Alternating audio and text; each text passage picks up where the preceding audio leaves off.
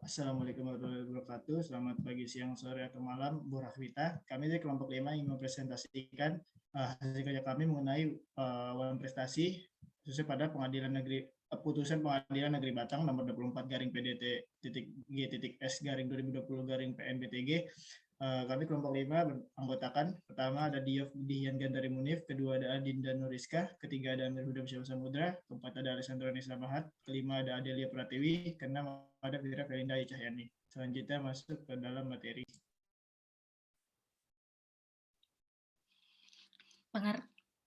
Pengertian perjanjian. Perjanjian menurut pasal 1233 KUH Perdata disebutkan bahwa tiap-tiap perikatan dilahirkan baik karena persetujuan maupun karena undang-undang, yang dapat ditafsirkan bahwa perikatan lahir karena perjanjian atau undang-undang. Dengan kata lain, undang-undang dan perjanjian adalah sumber perikatan.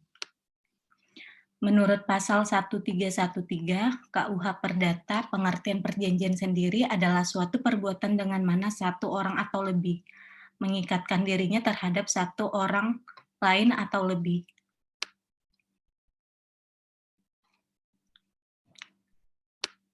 Syarat sahnya perjanjian. Penjelasan pasal 1230 KUH Perdata dapat ditemukan syarat sahnya sebuah perjanjian secara umum yang dapat diketahui 4 syarat sahnya suatu perjanjian meliputi: yang pertama, adanya kata sepakat bagi mereka yang mengikat dirinya. Yang kedua, kecakapan para pihak untuk membuat suatu perikatan. Lalu yang ketiga, suatu hal tertentu. Dan keempat, suatu sebab atau kausa yang halal. Pengertian wan prestasi. Wan prestasi adalah pelaksanaan kewajiban yang tidak dipenuhi atau ingkar janji atau kelalaian yang dilakukan oleh debitur baik karena tidak melaksanakan apa yang telah diperjanjikan maupun malah melakukan sesuatu yang menurut perjanjian tidak boleh dilakukan. Wan prestasi diatur dalam pasal 1243 Kitab Undang-Undang Hukum Perdata yang berbunyi, penggantian biaya, kerugian, dan bunga karena tak dipenuhinya suatu perikatan mulai diwajibkan bila debitur walaupun telah dinyatakan lalai, tetapi lalai untuk memenuhi perikatan itu, atau jika sesuatu yang harus diberikan atau dilakukannya hanya dapat diberikan atau dilakukannya dalam waktu yang melampaui waktu yang telah ditentukan. Wan prestasi, kelalaian atau kealpaan. Seorang debitur dapat berupa 4 macam, yaitu 1. Tidak melakukan apa yang disanggupi akan dilakukannya. 2. Melaksanakan apa yang dijanjikannya tetapi tidak sebagaimana dijanjikan. 3. Melakukan apa yang dijanjikan tetapi terlambat. 4. Melakukan sesuatu yang menurut perjanjian tidak boleh dilakukannya. Wan prestasi tertuang dalam pasal 1238 sampai dengan 1244 Kitab Undang-Undang KUH Perdata. Pasal 1238 menyatakan si berutang adalah lalai apabila ia dengan surat perintah atau dengan sebuah akta sejenis itu telah dinyatakan lalai atau demi perikatannya sendiri, ialah jika ini menetapkan bahwa si berutang harus dianggap lalai dengan lewatnya waktu yang ditentukan.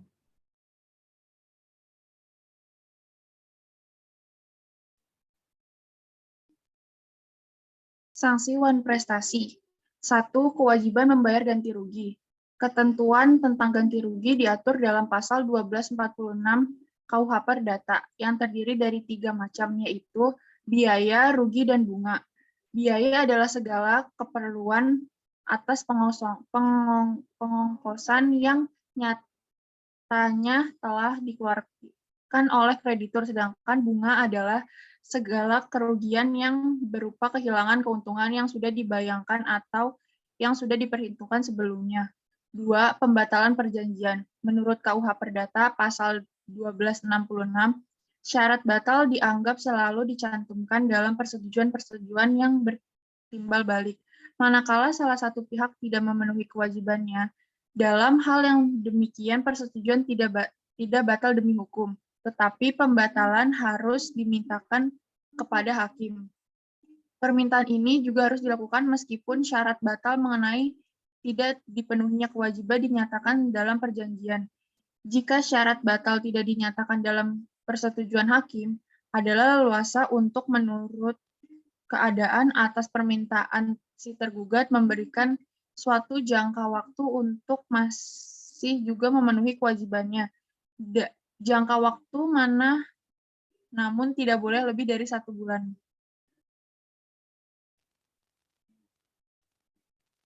Yang ketiga, peralihan risiko. Yang hal ini terdapat pada pasal 1237 KUH Perdata ayat 2 yang menyatakan jika si berutang lalai akan menyerahkannya, maka semenjak saat kelalaiannya, kebendaan adalah atas tanggungannya.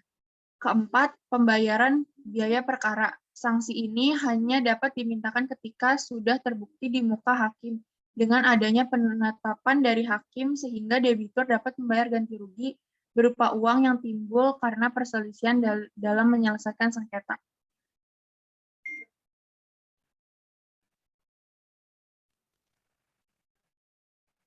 Kronologi kasus dalam kasus ini adalah kasus antara PT Bank Rakyat Indonesia atau Persero, kantor cabang Batang, unit Subah berkedudukan di Jalan D5, nomor 42, Kauman Komplek, Pasar Subah, Desa Subah, Kecamatan Subah, Kabupaten Batang, yang dalam hal ini diwakili oleh Edi Nur Indrianto sebagai penggugat. Dalam hal ini, yang digugat yaitu Sopiatun atau tergugat pertama dan Kisyanto tergugat kedua. Dalam perjanjian ini, tergugat pertama merupakan debitur dari PT Bank Rakyat Indonesia atau Persero, Tbk Kantor Cabang Batang, Unit Subah.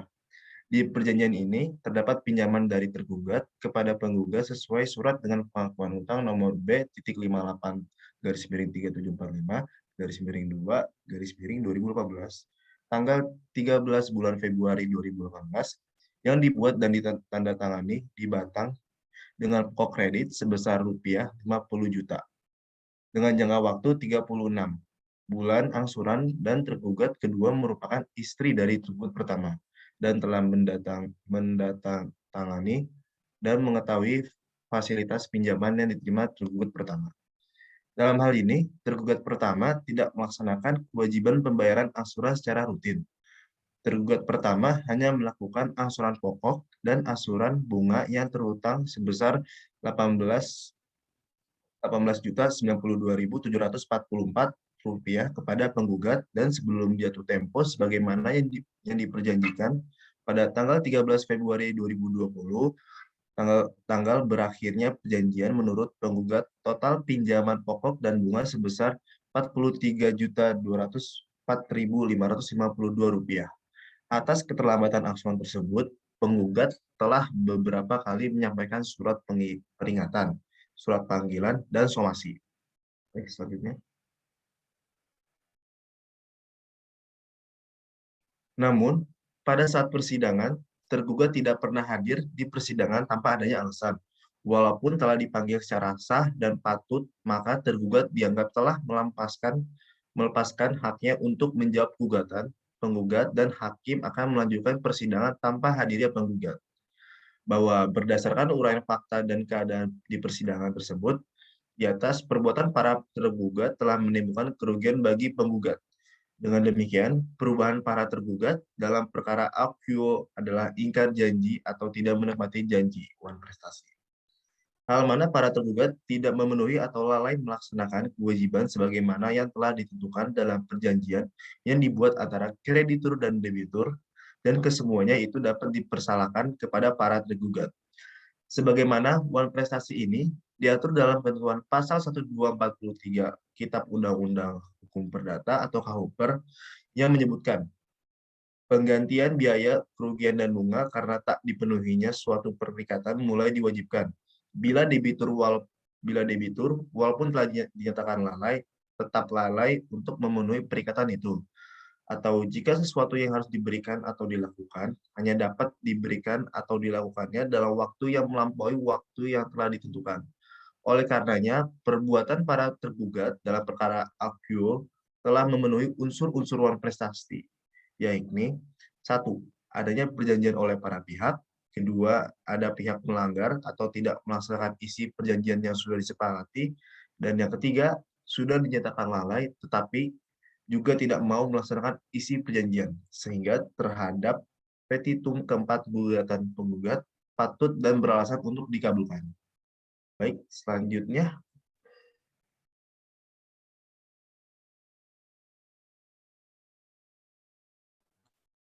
Analisis kasus. Berdasarkan syarat sahnya perjanjian yang terdapat dalam pasal 1320 KUH, sepakat mereka yang mengikat dirinya mengenai kesepakatan di dalam perjanjian surat pengakuan hutang nomor B.3745-3745-2/2018 dapat dilihat kedua belah pihak telah menandatangani perjanjian tersebut, yaitu pada tanggal 13 Februari 2018 yang ditangani di Batang. Cakap untuk membuat suatu perjanjian. Kecakapan para pihak dalam membuat suatu perjanjian ini meliputi kecakapan kedua belah pihak di mana para pihak sudah saling mengenal. Kecakapan para pihak dapat dilihat juga dari pihak perwakilan PT Bank Rakyat Indonesia, TBK Kantor Cabang Batang yang diwakili oleh Direktur Utama. Dikaitkan dengan hal tersebut, telah mempunyai kecakapan bertindak untuk dan atas nama PT-nya. Suatu hal tertentu. Dalam hal ini artinya apa yang diperjanjikan hak-hak dan kewajiban kedua belah pihak jika timbul suatu permasalahan atau kendala, di mana yang dipermasalahkan dalam kasus ini adalah hutang yang tidak dibayar sesuai dengan perjanjian yang telah dibuat. Suatu sebab yang halal. Dalam pasal 1320 KUH tidak tercantum mengenai suatu sebab yang halal, tetapi dapat dilihat di pasal 1337 KUH. Dengan demikian perjanjian tersebut tidak boleh bertentangan dengan undang-undang, kesusilaan, dan ketertiban umum. Dapat dilihat perjanjian di atas tidak ada bertentangan dengan bunyi pasal 1337, dengan demikian perjanjian di atas termasuk halal. Selanjutnya,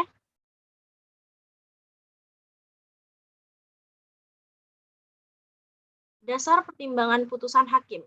Menimbang bahwa berdasarkan uraian fakta dan keadaan di persidangan, perbuatan para tergugat telah menimbulkan kerugian bagi penggugat. Dengan demikian, perbuatan para tergugat dalam perkara aqua adalah ingkar janji atau tidak menepati janji atau wan prestasi. Hal mana para tergugat tidak memenuhi atau lalai melaksanakan kewajiban sebagaimana yang telah ditentukan dalam perjanjian yang dibuat antara kreditur dan debitur, dan kesemuanya itu dapat dipersalahkan kepada tergugat. Menimbang bahwa oleh karena penggugat telah membuktikan sebagai gugatan atau dikabulkan sebagian, maka gugatan penggugat patutlah untuk dikabulkan sebagian dan menolak gugatan penggugat selain dan selebihnya. Menimbang bahwa oleh karena gugatan penggugat dikabulkan dengan fair stake dan para tergugat ada di pihak yang kalah, maka para tergugat dihukum membayar biaya perkara ini. Selanjutnya, putusan hakim. Pertama, mengabulkan gugatan penggugat untuk sebagian dengan fair stake. Kedua, menyatakan dan mempunyai kekuatan hukum mengikat kepada para pihak adendum surat pengakuan hutang nomor B.55-375-2/2018. Tiga, menyatakan demi hukum perbuatan para tergugat telah wan prestasi atau cedera janji tidak memenuhi kewajibannya yang terdapat pada adendum surat pengakuan hutang nomor B.55-375-2/2018. Yang keempat, menghukum para tergugat untuk membayar kewajibannya kepada penggugat sebesar Rp36.660.500, baik secara bertahap maupun sekaligus dengan jangka waktu pembayaran paling lama 6 bulan sejak putusan ini berkekuatan hukum tetap. Yang kelima, menghukum para tergugat untuk membayar semua biaya perkara yang timbul sebesar Rp416.000. Yang keenam, menolak gugatan penggugat untuk selebihnya. Akibat hukum apabila dalam perjanjian salah satu pihak melakukan prestasi adalah perjanjian tersebut dapat dibatalkan. Putusan hakim yang menghukum tergugat untuk membayar ganti rugi akibat prestasi dari perjanjian ganti rugi antara pihak penggugat dengan pihak tergugat tersebut sudah sesuai dengan pasal-pasal 1238, 1234, dan 1244 Kitab Undang-Undang Hukum Perdata. Sekian presentasi dari kelompok 5. Terima kasih atas perhatiannya Bu Rafnita. Assalamualaikum warahmatullahi wabarakatuh.